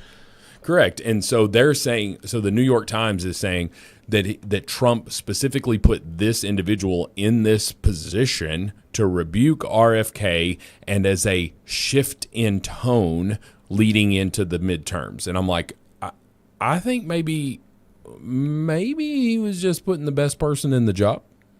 I mean, you look at her resume, everything that's been listed out, and she sounds like the director of the CDC. Yeah, I mean, like I said, it's crazy how much resistance there is. It's crazy, just like the DOJ. Robert Malone was on some advisory council, and he resigned because he said there's just too many people that are in there that won't let you talk about vaccines and whether or not they're safe. And RFK's done a good job of exposing, the fact that, they will take basically take studies and turn it into junk science if there's something in there that, hey, the vaccines, if you were a black male, you were getting an increased risk of autism according to the study, but then they were told to edit out that part of the study and release it anyway. He's exposed a lot of that. Changing the vaccine schedule recommendation, that's good, but I don't think we've gone far enough. I mean, my goodness, Anthony Fauci should be in handcuffs, and he should probably be in jail the rest of his life, if not given capital punishment, because, he's a criminal in my opinion. So we haven't gone far enough at all. We haven't even gotten close to going far enough, but it just goes to show you what a entrenched bureaucracy it is. Big Pharma still has his whole mantra was our agencies are captured by the very industries that the agencies are supposed to regulate. So far, I think that's still the case. There's little glimmers of light here and there, but for the most part, it's still a captured agency because Big Pharma controls everything, and Big Pharma wants to use big food as a scapegoat for the health of the nation. Yes, we are unhealthy because there's dyes and chemicals and poisons in our food, but that's not the only reason why we're unhealthy. Mm-hmm. I mean, this Erica Schwartz here, she holds a degree in biomedical engineering, medicine, public health, and law. She served as the Deputy Surgeon General during President Trump's first term. Let's read this, or I'll read this out. I am pleased to announce this is a Truth Social post for our listening audience. This is a Truth Social post from Donald Trump, or it could be on his X. I don't know. Anyway, I'm pleased to announce the new leadership for the Center for Disease Control and Prevention, the CDC. It's my honor to nominate the incredibly talented Dr. Erica Schwartz, MD, JD, MPH, as my director of the CDC. Erica graduated from Brown University for college. Is that a good one? Is that one of those big ones? Yes. That's also known as the Ivy League. Sounds like she's a smart gal. Erica graduated from Brown University for college in medical science and served a distinguished career as the doctor of medicine in the United States military. the greatest and most powerful force in the world, and then served as my deputy surgeon general for my first term. Oh, I remember her now. I remember her. Well, was she part of the lock everybody down, close churches and schools? No, I don't know. Well, because, I mean, I'm assuming she would have been out for, well, I don't know. Well, yeah, it's just I mean, an honest she would have question. been in. Yeah. That's what I'm saying is I don't know. That's my first question is, well, it's tough to know. What did she have to do with the COVID nonsense? I don't know. I don't know, but I can just tell you that she's got all the she has the definition of the resume that you would imagine somebody at the CDC. Yeah, I see what you're saying. And I just don't understand why, people are using that as so you're saying the New York Times is trying to say that this appointment is trying to get people before the midterms to think that, this is the scientists are back in charge. What I read this article, I mind-numbingly read this article, and the person that wrote it was Apurva Mandavili, I don't know. Anyway, from the New York Times.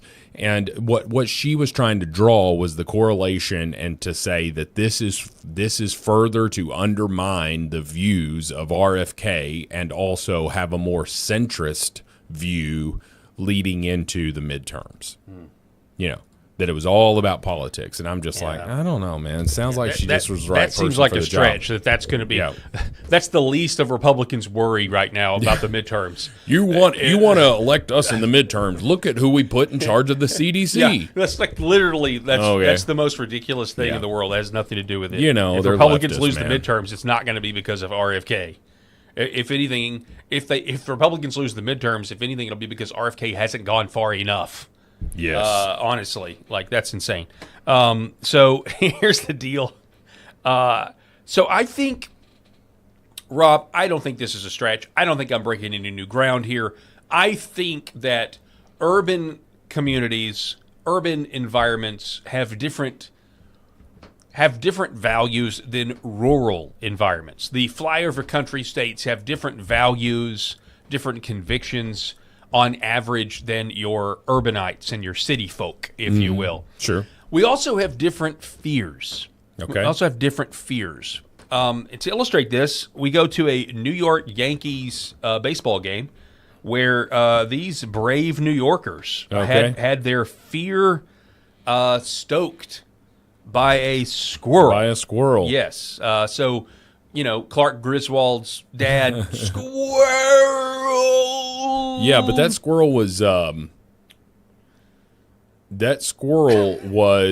was absolutely in their house. Yeah, in their house, which is out. This is out in this big ballpark. Outside, but it is the concrete jungle. You're right. Anyway, watch this. Bullpen, but then he got loose. Look at the faces on the fans in slow motion. Don't pick up your phone. You're scared of a squirrel. And this guy's not, though. That guy's not scared. And now he's become a flying squirrel. Oh, this is not good. He sticks the landing much better than we would, I'll tell you that. Oh, my gosh. Like it's nothing. Yeah. So the ladies do a lot better, or the ladies, they're fine with it. It's the girly New Yorkers. Like, hey, yo, I'm, Yeah, soy boy, I'm beta tough. males. Yeah, but if I beta see males. a squirrel, I'm gonna have a little trouble. Listen, if there was a squirrel in my house, there'd be yeah. Listen, it's all hands on deck here. But just happened to be close to me.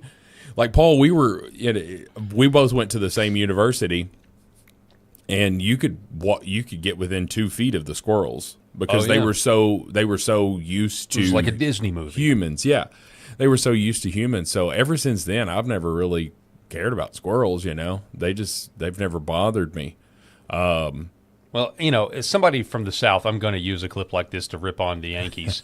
literal Yankees. Yeah. Like literal Yankees. Literally. They're calling themselves the Yankees. Yeah. And they're in Yankee country. Fantastic. I'm obviously going to use this to rip on them as being totally out of touch with average people. Well, listen, we're down in the South, man. We hunt squirrels down here. That's right. So I don't. Remember those Duck Dynasty episodes where you had Phil Robinson killing all those squirrels, and then Miss Kay, his wife, cooking them whole. Yeah, squirrel She's brains. like, "Oh, we're gonna eat the squirrel brains. Oh, you haven't haven't lived till you eat some squirrel brains." I'm like, that's a little too south for me. Even as an Arkansas boy, no, thank you. That was South Arkansas, northern Louisiana type stuff. So let's see how much time we got. Okay, we got enough time to get into this. All right, so yesterday we were talking about Steve Baker. Okay, Steve Baker is the journalist, just to refresh your memory.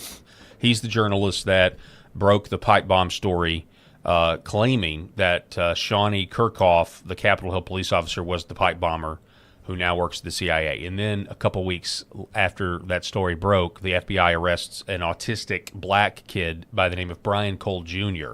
So they say they've got the guy.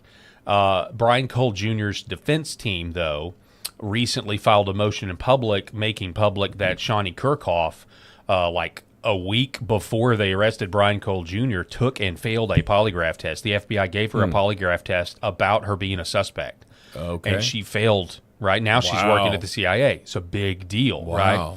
So what did the government do? Well, the government just unsealed a couple of days ago a superseding indictment and added additional charges from the ATF on to Brian Cole Jr. And the thought is, from people like Steve Baker, the journalist who was fired from The Blaze a couple weeks ago, he's now doing his own thing.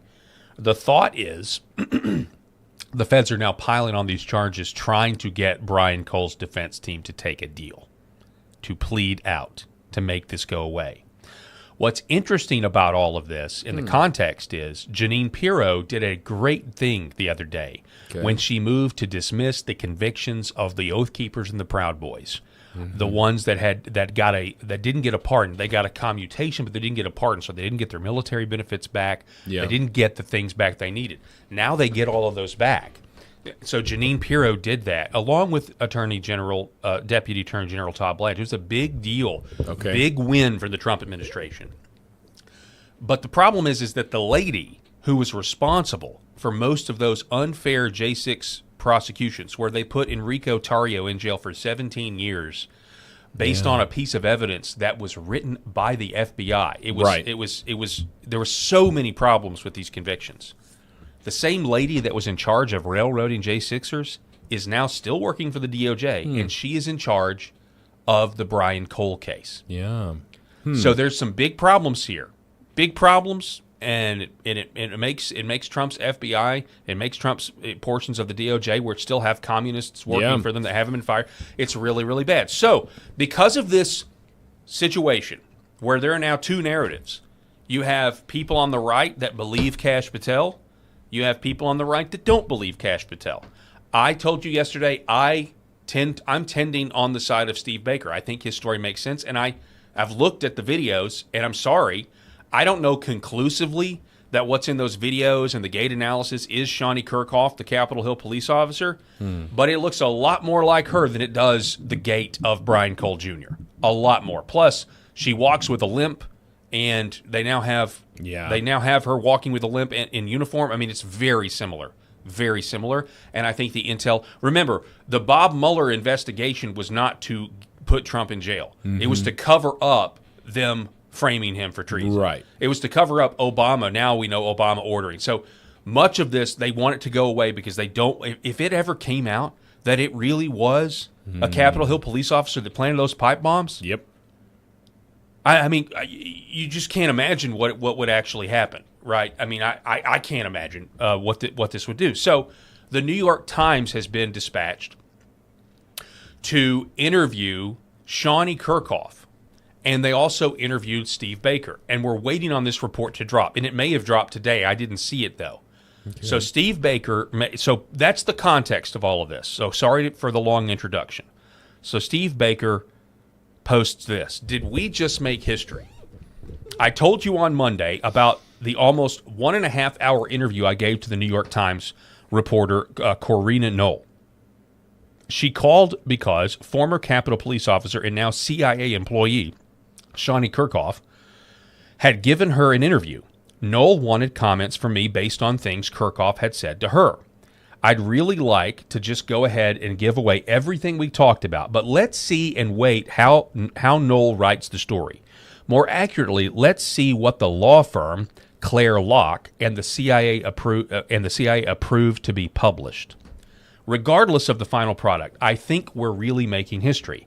I knew that the CIA allowing a current employee to be interviewed by the press was highly irregular, but I had no idea it may be without precedent.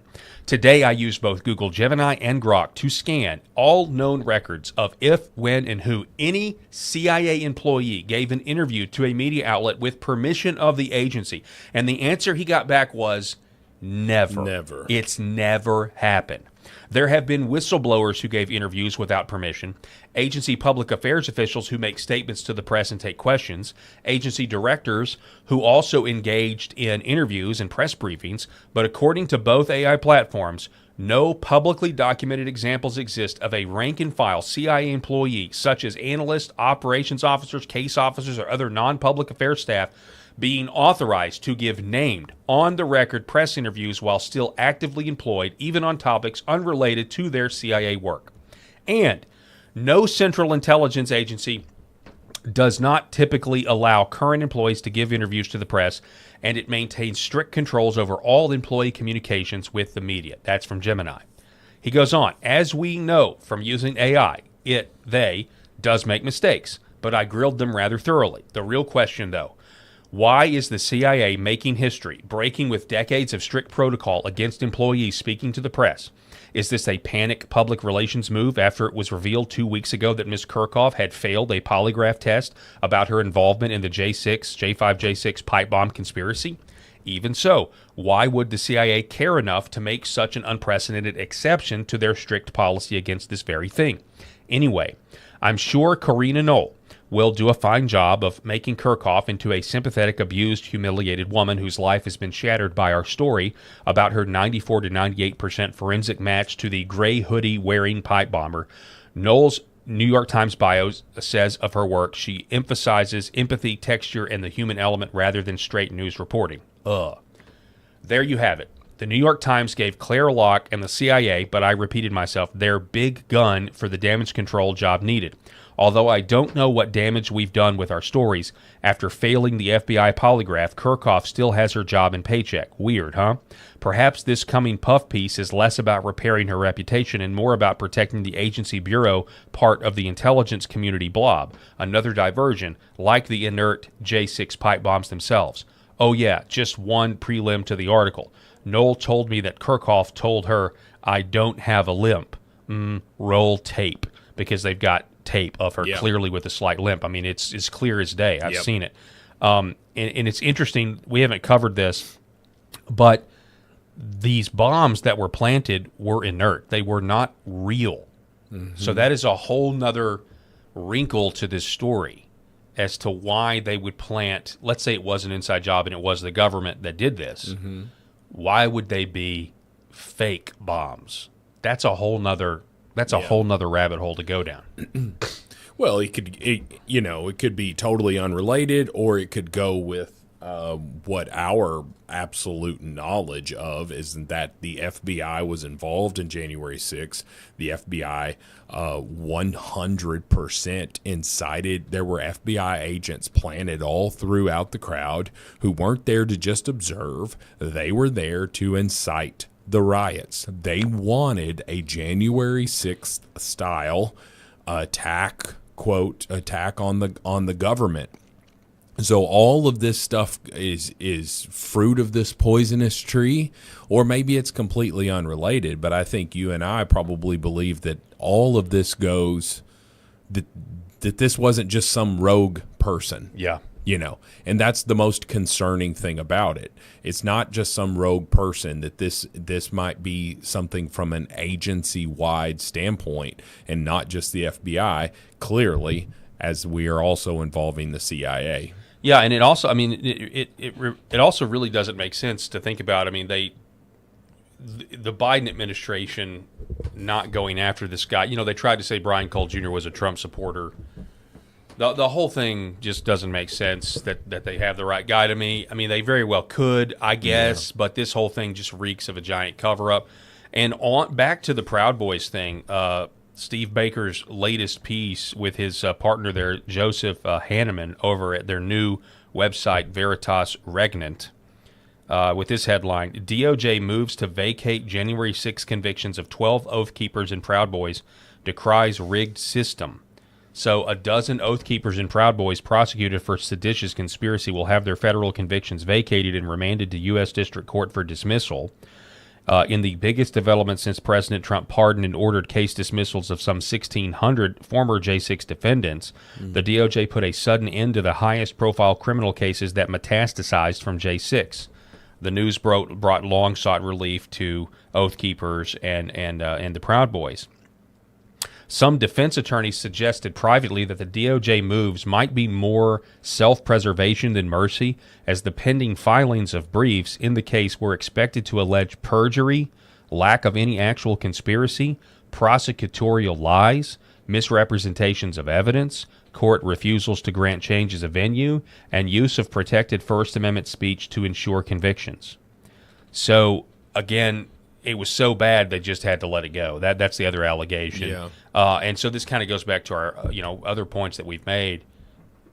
We have got to have these. We've got to have arrests, but more importantly, the DOJ has to be purged. It has to be purged. If you were part of going after these J6ers and charging them with a statute created after the Enron scandal, and you with the straight and the Supreme Court had to overrule you because you were interfering in an official proceeding, that was meant to prevent people from shredding documents. Yeah, not to throw people in gulags. And if you were a part of that and you went along with that, you should not have a job. I agree. In the DOJ, and yet there are still people that have jobs after doing this. Yeah, it just give you a real world example here, because this is all the real world, but just to have a real world example. Let's just say that there's a police department that is the chief of this police department decides that they need to get their tickets up. They need to write more tickets so that they can fund their police department better, right?